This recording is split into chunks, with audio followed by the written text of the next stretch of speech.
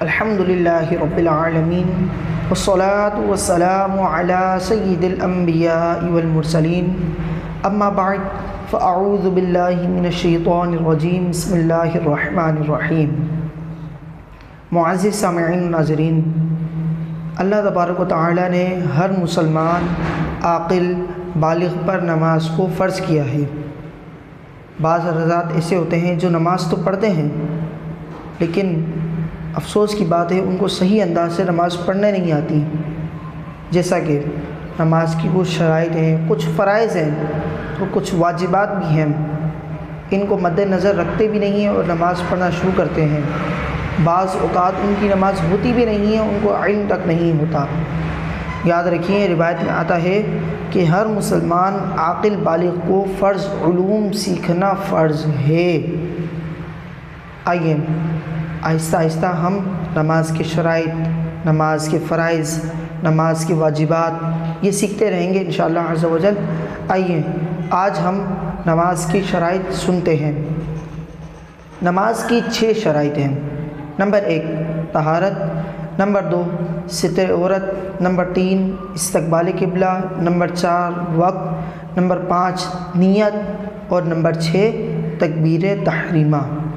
نماز کی جو پہلی شرط میں نے آپ کو بتائی طہارت کے متعلق آتا ہے کہ نمازی یعنی جو بندہ نماز پڑھ رہا ہے اس کا بدن، اس کے کپڑے اور جس جگہ نماز پڑھ رہا ہے اس جگہ کا ہر قسم ہر طرح کی نجاست سے پاک ہونا۔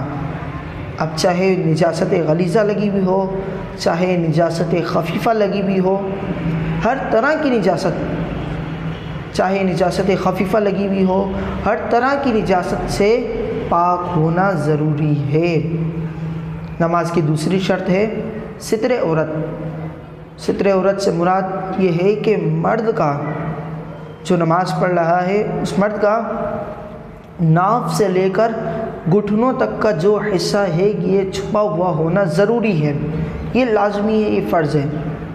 اور عورت کے لیے 3 اعضاء، نمبر 1 چہرے کی ٹکی، نمبر 2 دونوں ہاتھ کی ہتھیلیاں اور نمبر 3 دونوں ہاتھ کی ہتھیلیاں، نمبر 3 دونوں پاؤں کے تلوے۔ ان اعضاء کے علاوہ جتنے بھی اعضاء ہیں ان تمام کا عورتوں کو چھپانا فرض ہے۔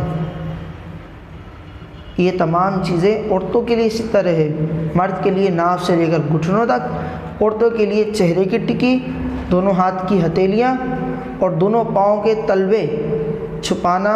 ان کے علاوہ جتنے بھی ہیں، دونوں ہاتھ کے تلووں کے علاوہ جتنے بھی جسم کے اعضاء ہیں ان تمام کا چھپانا فرض ہے۔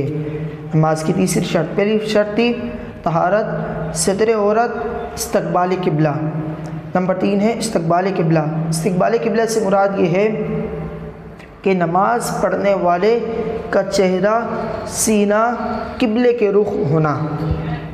اب جو قبلے کا رخ ہے اس رخ ہو کر اپنی نماز کو شروع کرے، ایسا نہ ہو کہ قبلے کے رخ سے ہٹ کر اپنے سینے کو قبلے کے رخ سے ہٹا کر کسی اور جانب، کسی اور سمت کر کے نماز شروع کر دے، اس کی نماز نہیں۔ اور چوتھی شرط ہے وقت۔ وقت سے مراد یہ ہے کہ جس نماز کا جو وقت ہے اسی وقت میں وہ نماز ادا کرنی ہے۔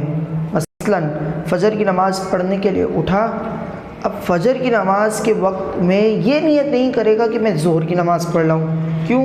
کیونکہ جس نماز کا وقت ہے اسی وقت میں وہی نماز ادا کی جائے گی۔ اگر اس وقت کی نماز میں کوئی دوسری نماز پڑھے گا تو دونوں ہی نمازیں نہیں ہوں گی۔ یہ بہت سی باریکی والی چیز ہے، بہت سے لوگوں کو پتہ نہیں ہوتا۔ وہ جو ہے کسی بھی نماز کا وقت ہوتا ہے وہ نماز پڑھنا شروع کر دیتے ہیں اور انہوں نے اپنے دل میں کیفیت بنائی ہوئی ہے کہ قبول کرنے والی ذات تو اللہ تعالیٰ کی ہے، حالانکہ ایسا نہیں ہے۔ بے شک اللہ تعالیٰ کی ذات غفور الرحیم ہے، بخشنے والی ہے، لیکن جس چیز کے متعلق اللہ تعالیٰ نے حکم فرما دیا اس چیز سے ہمیں بچنا بھی ضروری ہے۔ مثال کے طور پہ اب ہمارے جسم پر نجاست یا ہمارے کپڑوں پہ نجاست لگی ہوئی ہے، اب کوئی بندہ یہ تصور کرے کہ بھئی میں نماز پڑھتا ہوں، قبول کرنے والی ذات اللہ تعالیٰ کی ہے، تو ایسا ہرگز نہیں ہوگا۔ کیوں؟ کیونکہ اللہ تعالیٰ نے حکم فرما دیا، اللہ تعالیٰ نے پہلے ارشاد فرما دیا کہ نمازی کا بدن جس جگہ نماز پڑھے وہ نماز، اور نمازی کا لباس کا ہر طرح کی نجاست سے پاک ہونا۔ اب جب اللہ تعالیٰ کا ایک فرمان آ گیا، اب وہ فرمان کی نافرمانی کرے گا تو اس کا بھی اس کو گناہ ملے گا۔ تو معزز سامعین و ناظرین، یہ بہت سی ایک باریکیوں والی چیزیں ہیں جن کی مجھے اور آپ ہم سب کو احتیاط کرنے کی ضرورت ہے۔